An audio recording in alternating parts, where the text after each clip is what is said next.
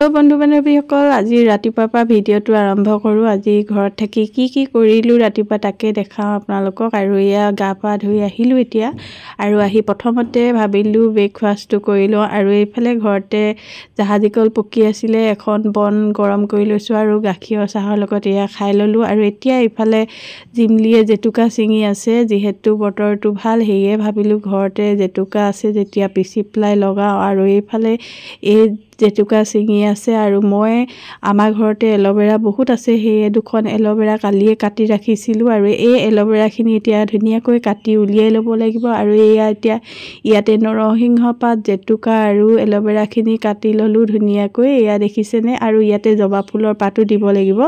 আৰু এইখিনি এতিয়া মোৰ পিচি পেলাই হৈ গৈছে ধুনীয়াকৈ। আৰু এতিয়া এইফালে আমাৰ দুইজনীকে মায়ে লগাই আছে, মোক লগোৱা হৈ গৈছে আৰু তাইক লগাই আছে। আৰু এতিয়া যিহেতু আজি যামগৈ, এইফালে মামায়ো আহিছে, এইফালে ৰাজহাঁহ এটা মাৰি লৈছোঁ।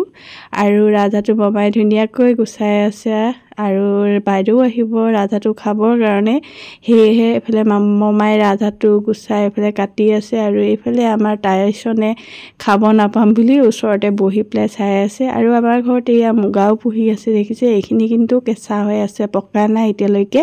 আৰু পকাখিনি হৈছে এইখিনি ধুনীয়াকৈ গামলা এটাত এয়া বাঁহ বান্ধিবৰ কাৰণে দি থৈছে, দেখিছেনে।